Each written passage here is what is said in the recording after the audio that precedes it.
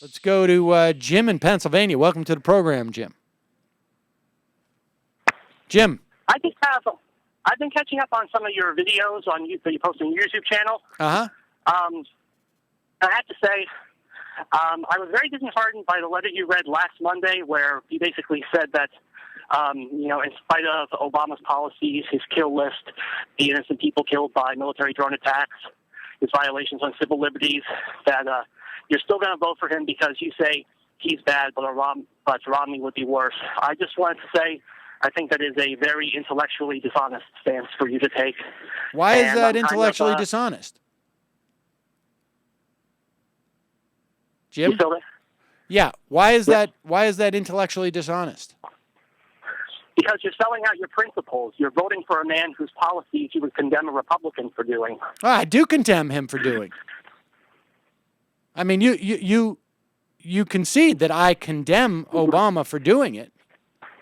But you're still going to vote for him, which means you're giving him the ability to do more of that. Yeah, but I mean, do you disagree with the idea that Romney would be worse? I think Obama and Romney are equally bad for the country. You think that they're exactly equally as bad for the country? Because whether we get Obama or Romney in November, we will have more war, we will have more innocent civilians killed, we will have more American lives lost, we will have more wasteful spending, we will have more of our civil liberties eroded. So, yes, that's how I can say they're equally bad. So you're not going to vote. And what are you going to do? How is that going to change that outcome? I mean, you're saying what I plan to do is going to maintain that outcome. How is your not voting going to change that outcome? Oh, I am voting. I'm voting for Gary Johnson, and I'm encouraging people to look for other candidates as well to break the stranglehold that the two-party system has on our country. Okay, and let me ask you a question. I want you to be intellectually honest now with me. What are the chances that Gary Johnson is going to defeat one of those other two candidates? At the moment, they're slim, but if he gets more No, I mean, give me a percentage. He's polling around 9% now nationally, so... How many ballots is he on across the country? I believe he's on 49 or all 50. He's on 49 ballots across the country? Yes, I believe you mentioned in your show last week that, Michigan is fighting to keep him off the ballot. Yeah. And so you would put him at a 9% chance of winning? Is that what you're saying? At the moment, as I'm saying, if he's given a fair shot, if he's allowed in the debates, if the media would give him more coverage and a chance to get his message across, do you think that he's going to be allowed into the debates? I hope so. All right, well, let me ask you this. If his ability to win is predicated on him being in the debates and the media giving him a fair chance, on November 1st, if you conclude that he's not been giving those chances and you know that he has no chance of winning, are you still going to vote for him?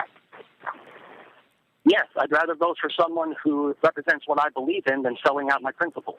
Yeah, well, I mean, I don't see voting as an act that is to promote my self-righteousness in terms of holding on to my principles.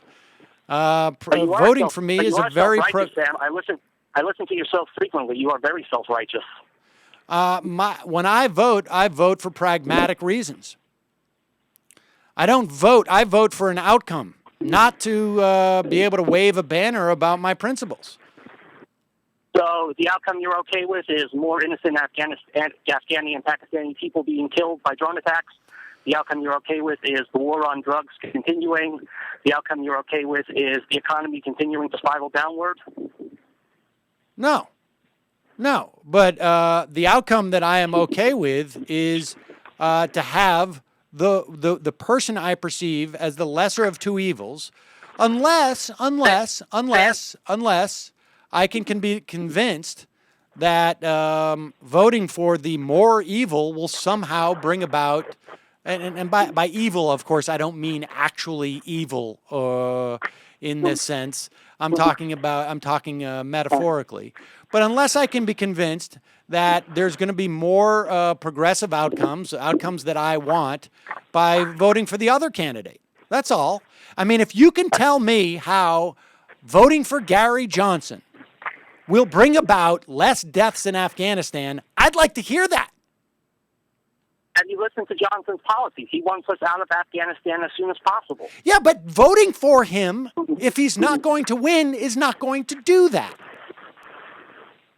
And I would argue that voting for him, if it leads to an Obama victory, could lead to a war in Iran. In fact, I'd put the odds of voting for him and leading to the war in Iran versus voting for him and meaning no more innocent deaths in Pakistan at about equal. How can you say that when Gary Johnson has not once advocated for military action in Because Iran? he's not going to win. Now, if on November 1st, it appears to me that Gary Johnson has a viable chance of winning, if his polling numbers are in the 30s, let's say, maybe even the 20s, then I would reconsider it. I mean, there's a lot of policies of Gary Johnson's I don't like. There's some I do. But so maybe we should have this conversation 2 days before the election. Okay. Call me then. I just want you to just reconsider those, Sam, because this lesser of two evils mentality, that's what's holding the country back. No, that's not. No, yes, it's it not. is. People compromising their views and just voting for who they think is going to be the lesser of two evils, and in the end, the country gets worse and the people get screwed over. No, I don't think that's the number one problem. I think a big part of the problem is that we're disenfranchised in many respects because of the incredible amounts of money in our politics. And I got news for you. All of Gary Johnson's domestic policies in regards to our economy would lead to a furtherance of that. But, we can agree to disagree. Appreciate the call. All right.